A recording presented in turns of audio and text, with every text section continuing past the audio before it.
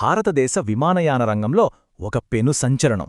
కొన్ని సంవత్సరాల క్రితం అసలు ఉనికే లేని ఒక కంపెనీ ఈరోజు దేశంలో ప్రైవేట్ విమానాశ్రయాల రంగాన్ని శాసిస్తోంది.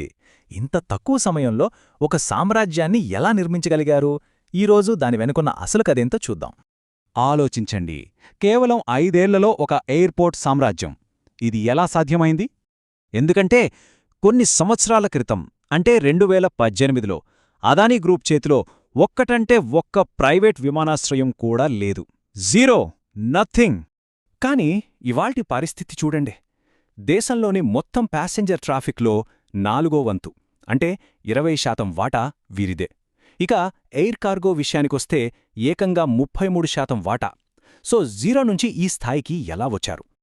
ఈ మొత్తం కథని అర్థం చేసుకోవాలంటే మనమొక సింపుల్ ప్రశ్నతో మొదలుపెట్టాలి. అసలు ఎయిర్పోర్ట్లు డబ్బు ఎలా సంపాదిస్తాయి? వాటి బిజినెస్ మోడల్ ఏంటి? సాధారణంగా ఎయిర్పోర్ట్లకు మూడు ప్రధాన ఆదాయ మార్గాలుంటాయి: ఏరోనాటికల్, నాన్ ఏరోనాటికల్ మరియు రియల్ ఎస్టేట్. ఇక్కడే అసలు రహస్యం దాగుంది. మొదటిది ఏరోనాటికల్ రెవెన్యూ, అంటే విమానాలు ల్యాండ్ అవటానికి, పార్క్ చేయడానికి కట్టే ఫీజులన్నమాట. ఇక్కడ గమనించాల్సిన విషయమేంటంటే ఈ ఫీజులన్నీ ప్రభుత్వ కంట్రోల్లో ఉంటాయి, ఎవరూ తమ ఇష్టానికి పెంచలేరు. ఇప్పుడు రెండోది నాన్ ఏరోనాటికల్ రెవెన్యూ. ఇక్కడే అసలు గేమ్ మొదలవుతుంది. ఎయిర్పోర్ట్ లోపల ఉండే షాపులు, రెస్టారెంట్లు, డ్యూటీ ఫ్రీ స్టోర్లు, యాడ్స్, కార్ పార్కింగ్, వీటన్నింటినుంచొచ్చే ఆదాయం. దీనిపై ఎలాంటి ప్రభుత్వ నియంత్రణ ఉండదు. ఇక మూడోది, ఇది ఒక బంగారు గనిలాంటిది: రియల్ ఎస్టేట్. ఎయిర్పోర్ట్ చుట్టూ ఉన్న వేల ఎకరాల భూమి. ఉదాహరణకి సిఏజీ రిపోర్ట్ ప్రకారం ఢిల్లీ ఎయిర్పోర్ట్ దగ్గర 1,63,000 కోట్ల విలువైన భూమిని ఎకరానికి కేవలం ₹100 లీజుకిచ్చారు. అంటే ఎంత పెద్ద అవకాశమో ఆలోచించండి. ఇప్పుడు కథలోకి అసలు ట్విస్ట్ రాబోతోంది. ప్రభుత్వం విమానాశ్రయాల ప్రైవేటీకరణ కోసం ఒకే ఒక్క రూల్ మార్చింది. అంతే, మొత్తం ఆట మారిపోయింది. ఇంతకుముందు ఫాలో అయిన పాత మోడల్ పేరు రెవెన్యూ షేరింగ్ అగ్రిమెంట్. వినడానికి బాగానే ఉంటుంది, కాని ఇందులో ఒక పెద్ద సమస్య ఉంది. ఈ రెవెన్యూ షేరింగ్ మోడల్ అంటే ఏంటి? చాలా సింపుల్. ప్రైవేట్ కంపెనీలు తమ మొత్తం ఆదాయంలో, అంటే ఏరో, నాన్ ఏరో అన్నిటినీ కలిపి అందులో కొంత శాతాన్ని ప్రభుత్వానికి ఇవ్వాలి. ఇక్కడున్న అసలు సమస్య ఏంటో తెలుసా? మీరు ఎంత ఎక్కువ కష్టపడి సంపాదిస్తే ప్రభుత్వానికి అంత ఎక్కువ కట్టాలి. ఇది వ్యాపారాన్ని పెంచుకోవాలనే ఉత్సాహాన్ని దెబ్బతీస్తుంది. జిఎంఆర్ విషయంలో అదే జరిగింది. ఢిల్లీ ఎయిర్పోర్ట్ ఆదాయంలో దాదాపు సగం, అంటే 46% వాళ్లు ప్రభుత్వానికే చెల్లించాల్సొచ్చింది. సో తేడా చాలా స్పష్టంగా ఉంది. పాత మోడల్ మీ ఎదుగుదలకి ఒక బ్రేక్ లాంటిది. కాని కొత్త పెర్ ప్యాసింజర్ ఫీ మోడల్, ప్రతి ప్రయాణికుడికి ఒక ఫిక్స్డ్ ఫీజు కడితే చాలు. ఆ తర్వాత వచ్చే కోట్లాది రూపాయల లాభం మొత్తం మీదే. ఇదే అసలైన గేమ్ చేంజర్. ఈ కొత్త రూల్లో దాగి ఉన్న అపారమైన అవకాశాన్ని ఒకే ఒక్కరు కరెక్ట్గా పట్టుకున్నారు. అప్పుడే సీన్లోకి ఎంటర్ అయింది అదానీ గ్రూప్. 2019లో జరిగిన విమానాశ్రయాల బిడ్డింగ్లో ప్రభుత్వం 6 ఎయిర్పోర్ట్లని ఈ కొత్త మోడల్తో ప్రైవేటైజ్ చేసింది. అందరూ పోటీపడ్డారు. కాని అదానీ గ్రూప్ అందర్నీ దాటేసి ఆ 6 ఎయిర్పోర్ట్లని ఒకే దెబ్బకి గెలుచుకుంది.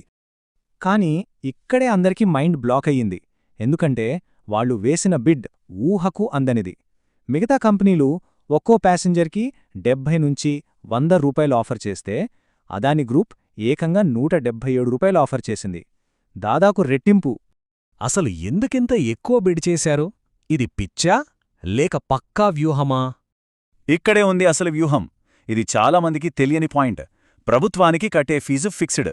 కానీ నాన్ ఏరోనాటికల్ ఇన్కమ్, అంటే ఆ షాపులు, రియల్ ఎస్టేట్ ద్వారా భవిష్యత్తులో వచ్చే 100 కోట్ల లాభానికి లిమిట్ లేదు. ఆ లాభం మొత్తం ఆపరేటర్కే దక్కుతుంది. వాళ్ళు భవిష్యత్తును చూశారు, ప్రస్తుతాన్ని కాదు. ఈ ఒక్క వ్యూహంతో మార్కెట్ స్వరూపమే మారిపోయింది. మరిప్పుడు ఈ రంగం ఒక డ్యూయోపోలీ, అంటే కేవలం ఇద్దరి ఆధిపత్యం వైపు వెళ్తోందా? ప్రస్తుతం మార్కెట్ చూస్తే క్లియర్గా ఇద్దరే మేజర్ ప్లేయర్స్ కనిపిస్తున్నారు. అదానీ గ్రూప్ చేతిలో 8 ఎయిర్పోర్ట్స్లు, జిఎంఆర్ గ్రూప్ చేతిలో 6 ఉన్నాయి. దేశంలోని ప్రైవేట్ ఎయిర్పోర్ట్ బిజినెస్ దాదాపుగా వీళ్ళిద్దరి చేతుల్లోనే ఉంది. ఈ ఇద్దరి మధ్య ఉన్న వ్యూహాత్మక తేడా ఏంటో గమనించండి. అదానీ గ్రూపేమో కొత్త పర్ ప్యాసెంజర్ మోడల్తో దూకుడుగా వెళ్తోంది. కాని జిఎంఆర్ వాళ్లు ఇంకా పాత రెవెన్యూ షేరింగ్ ఒప్పందాలతోనే ఇరుక్కుపోయారు. దానికి తోడు వాళ్ల మీద ఉన్న సుమారు 31,000 కోట్ల అప్పుల భారం వాళ్ళని కొత్త బిడ్లు వేయకుండా ఆపుతోంది. ఇలాంటి సమయంలోనే ప్రభుత్వం త్వరలో మరో 11 కొత్త విమానాశ్రయాలను ప్రైవేటీకరించడానికి సిద్ధమవుతోంది. కానీ ఈ రేస్లో ఉండాల్సిన అతి పెద్ద పోటీదారు అయిన జిఎంఆర్ తమ పాత ఒప్పందాలు, అప్పుల కారణంగా తామి కొత్త బిడ్డింగ్లో పాల్గొనట్లేదని స్పష్టం చేసింది. సో ఇక్కడే మనం ముందున్న అసలైన ప్రశ్న, మార్కెట్లో రెండో అతిపెద్ద ప్లేయర్ చేతులెత్తేసినప్పుడు ఈ విమానాశ్రయాల రంగంలో మోనోపలి అంటే ఏకఛత్రాధిపత్యం రావడం ఖాయమా? ఒకవేళ అదే జరిగితే దాని దీర్ఘకాలిక పరిణామాలు ఎలా ఉండబోతున్నాయి? जय हो जय हो